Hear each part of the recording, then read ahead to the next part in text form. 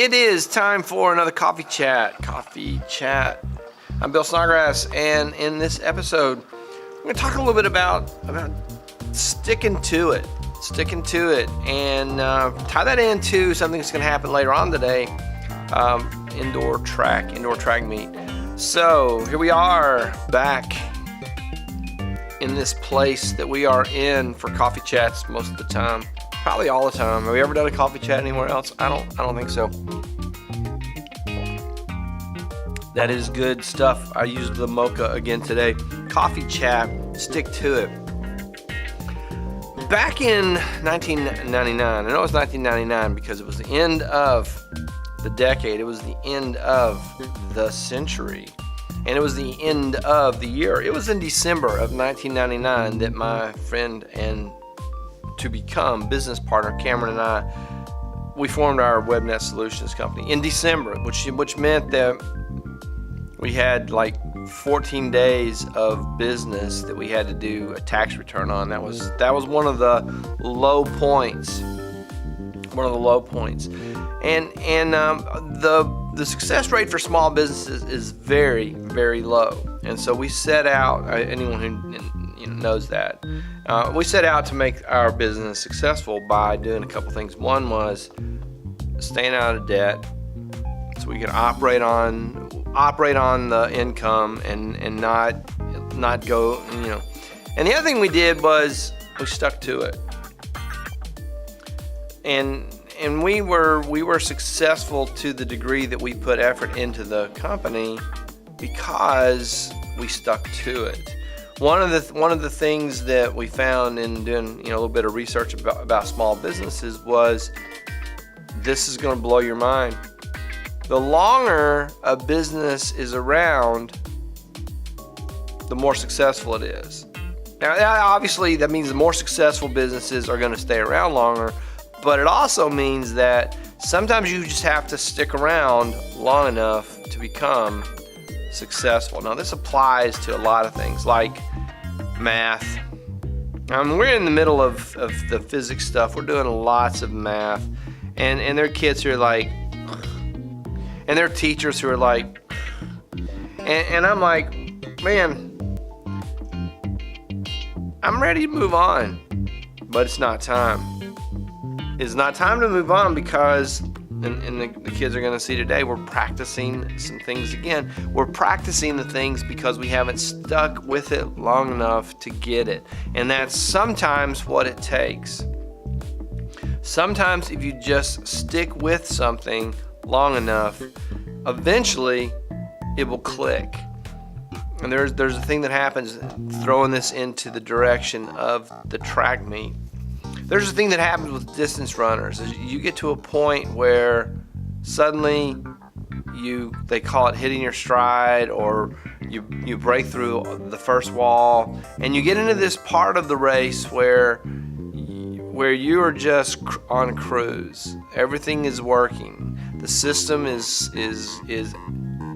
going, and you have to run a certain amount. My coach, when back in high school when I ran, my coach said that was around the 3 mile point that you would hit this groove, and we only ran a 3 mile race, so I thought, this is kind of useless information at the time, but it makes sense. If you stick with something long enough, you sort of hit that point. Now, I don't know if 3 mile, I don't know if that's true or not. Someone who's a mega distance runner, leave me a comment. Let me know, is that where you hit your stride? And then later on, I know marathon runners, they talk about, like, I think it's at the 20 mile point, they hit the wall, the second wall, I don't know. So you break through the first wall and you get this nice 17 miles of, can't imagine it. I used to bike a lot. I used to be a bike ranger, and I've said this before, probably said this in videos before, is that I would be, going down the trails on my mountain bike, and I'd be smiling and having fun, and I would pass joggers.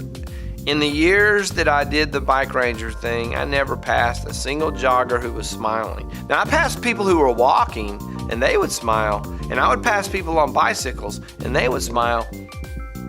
I didn't pass any smiling joggers, just something. I observed. All right, I got a lot to do to get ready for the day, and since we're going to be kind of pulling this back around later tonight, so we will check in periodically. But that was your coffee chat moment. I started to call this the Day in the Life episode because it's going to be more than just coffee, but since there's other Day in the Life episodes that I didn't want to confuse anybody. I don't know if anybody would be confused, but anyway, this is a coffee chat. My chair's all the way down. This happened yesterday. It goes back down. Anyway, I'm probably not in the frame anymore. All right, check with you later. All right, morning stuff. Well underway. Got some grading done. And yeah, I'm getting ready to go to a meeting, so I don't need to put that. I need to take that with me. So I got a meeting. I got an 8 o'clock meeting. 8 o'clock meeting. That's right now. Well, yeah, it's right now. So sometimes you gotta just stick with it. That's kind of the thread that's going to carry us through this episode. Getting things done is part of sticking with it. Grading is a great example of sticking with it because you just got to do it. You start, you keep going. Eventually, you're done. In theory. So anyway, I'm going to go to a meeting.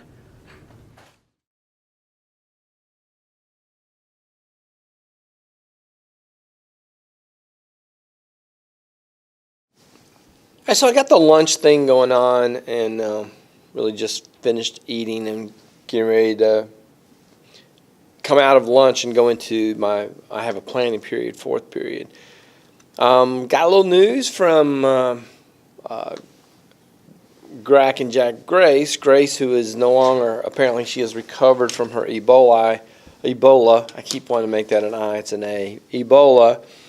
And then Adam, so Grace and Adam are going to come by this afternoon and record something. I'm not exactly 100% sure. Neither are they what they're going to record. So that should be fun. That will fill the gap between end of the school day and indoor track meet. And then I got another student who's going to help me shoot the indoor track meet. So it should be a pretty fun and busy afternoon and evening. So I got that going on. I got this piece of software I'm going to try to install. I just had it. And I'm going to, I don't know what happened to it. So it's another one of those applications that allow you to control multiple computers. And I have a Windows computer from 2 years ago, which I've never really used much. But since I'm sitting here in my planning period, I thought I started on it now. Thought I'd see if I can get that thing up, and so I can do that mouse control thing. So anyway, just thought I would check in and let you kind of know where this day in the life's going. So in class today, we had some stuff they had to do related to a project that they're going to do on Thursday, Friday, and then they had some more practice exercises, working on those skills of grinding through, persisting through the process of developing the skill set, pushing through, and getting it done. And sometimes sticking to it long enough to just do it enough times where you have it, you start beginning to see things. There's an aspect of the problem solving process. Sometimes things are zero, and those terms go away. And being able to recognize when that case is true is a huge win for getting things done much more quickly. All right, back. Lunch should be over any second now. So I will check in with you at the end of the day. We'll get some pictures. I'll probably grab a couple of shots from the track meet, throw them here at the end as I do the outro and kind of say goodbye that way. So hopefully, this little coffee chat has some merit to it, and you will stick around for the very. I expect to get some really good pictures of the track meet. So there's that to look forward to. Be back in a little while. So Grace and Jack, I'm gonna wipe that off. I don't know. Grace and Jack came by. Not Jack. Grace and Adam came by, and they did a couple of pieces.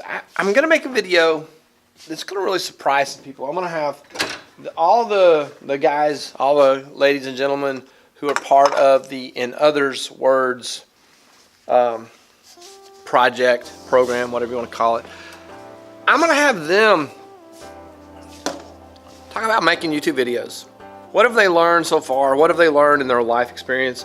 Turns out that Grace has been making videos, may not surprise some of you, since she was like 8 years old. And Adam wants to be a director, and he's in the